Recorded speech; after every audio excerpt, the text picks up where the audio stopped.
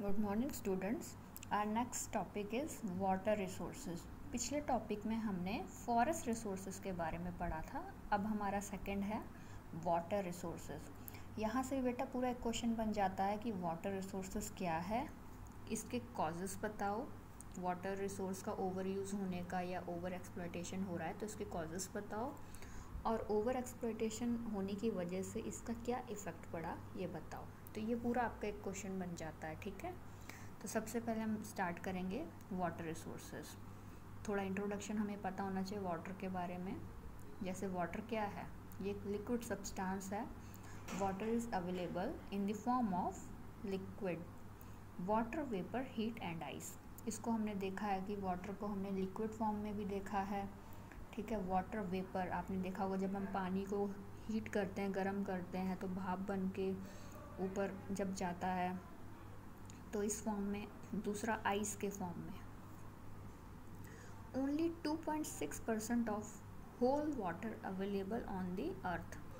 अर्थ में जो हमारा फ्रेश वाटर है वो कितना है, 2.6। फ्रेश वाटर इज़ 2.6, जिसमें हमने देखा होगा कि जो fresh water is found to be available in both sources. जो फ्रेश वाटर है वो दो सोर्स में पाया जाता है, एक है अंडरग्राउंड वाटर, दूसरा है सरफेस वाटर। अंडरग्राउंड वाटर का मतलब ज़मीन के अंदर का पानी, जो हम ट्यूबवेल, हैंडपम्प और कुएं की हेल्प से लेते हैं, वेल की हेल्प से, ठीक है। सरफेस वाटर क्या हुआ, जो हमारी नदी, तालाब, पॉन्ड, लेक्स हैं, ये हुए हमारे सरफेस वाटर। अब इसी में हमारा पहला टॉपिक बनता है causes of over exploitation of water. Water का ओवर एक्सप्लॉयटेशन होने का कॉजेस क्या है। सबसे पहले आएगा पॉपुलेशन एक्सप्लोजन, मतलब कि पॉपुलेशन का बढ़ना। पॉपुलेशन इंक्रीज़ हुई तो ऑटोमेटिकली वाटर क्राइसिस आएगा। पॉपुलेशन इंक्रीज़ हो रही है, आपने देखा कि जिस तरह हमारी पॉपुलेशन इंक्रीज़ हो रही तो हमारी जो डिमांड है वो भी बहुत ज़्यादा बढ़ रही है किसी भी चीज़ को लेकर। पानी के बिना तो हम रह नहीं सकते हैं। पानी हम कहाँ कहाँ यूज़ कर रहे हैं, फूड के लिए, ड्रिंकिंग के लिए, बाथिंग के लिए, वॉशिंग के लिए, है ना। तो पानी ओवर यूज़ होएगा जितनी ज़्यादा हमारी पॉपुलेशन होएगी। Next is growing population in cities. Growing population in cities, शहरों में बहुत ज़्यादा पॉपुलेशन का इंक्रीज़ होना। शहरों में पॉपुलेशन इंक्रीज़ होएगा तो ऑटोमेटिकली पानी का ओवर यूज़ होएगा, है ना। क्यों? क्योंकि शहरों में इंडस्ट्रीज़ है, फैक्ट्रीज़ हैं, ठीक है, हॉस्पिटल्स हैं बड़े बड़े, या बहुत ज़्यादा घर हैं, लोग हैं, तो डिमांड बहुत बढ़ रही है वहाँ लोगों की। तो डिमांड की वजह से क्या हुआ कि पानी का भी ओवर यूज़ हुआ। Next is over use of water and wastage of water. पानी का ओवर यूज़ तो हो ही रहा है, लेकिन साथ ही साथ वाटर का वेस्टेज भी हो रहा है। आपने देखा होगा कि हम लोग वाटर को ऐसे ही बिना वजह से ओवर यूज़ करते रहते हैं, वेस्ट करते रहते हैं, बिना वजह से फेंकते रहते हैं यहाँ से वहाँ, है ना। हम ये भी नहीं सोचते कि एक समय ऐसा आ सकता है कि पानी ख़त्म हो जाए और हमें मिले ही ना।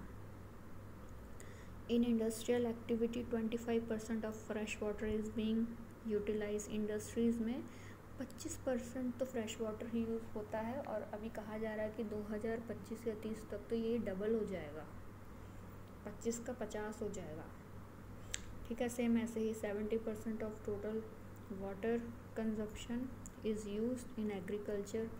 70% जो पानी है हम एग्रीकल्चर में ही यूज़ कर रहे हैं, जो कि ग्राउंड वाटर ज़मीन के अंदर से आता है। आपने देखा होगा ट्यूबवेल्स के थ्रू, हैंडपम्प्स के थ्रू, है ना, वो सारा एग्रीकल्चर का यूज़ हो रहा है।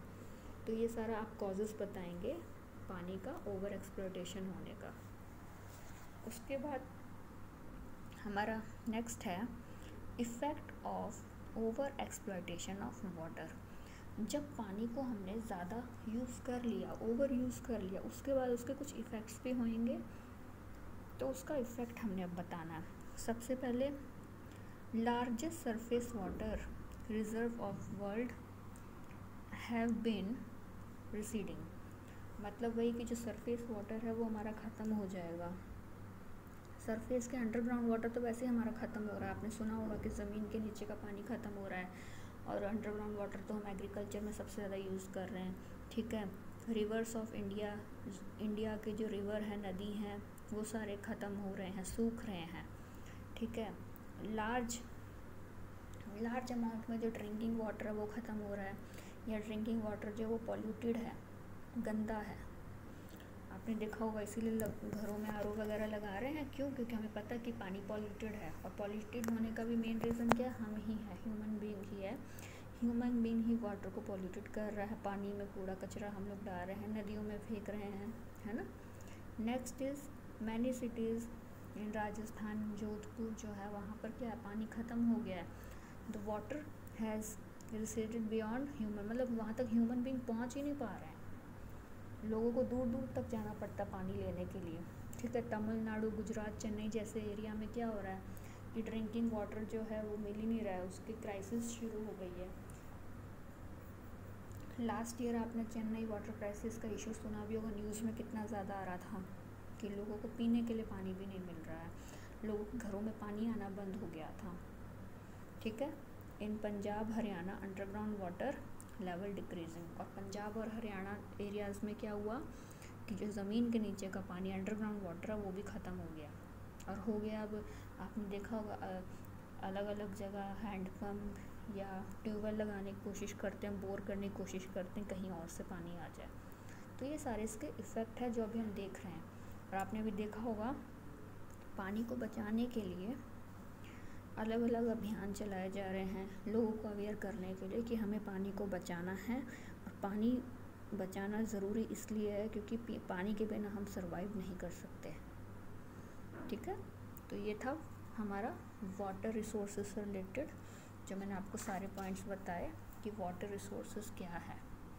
तो आप क्या बताओगे? कवर अगर आपको क्वेश्चन आएगा आप बताओगे water resources, introduction, causes of water exploitation, है ना, causes of over exploitation of water. Next आप बताओगे effect of over exploitation of water, इसका इफ़ेक्ट। तो यहाँ आपका वाटर रिसोर्सेज का टॉपिक कंप्लीट होता है। Okay, thank you so much.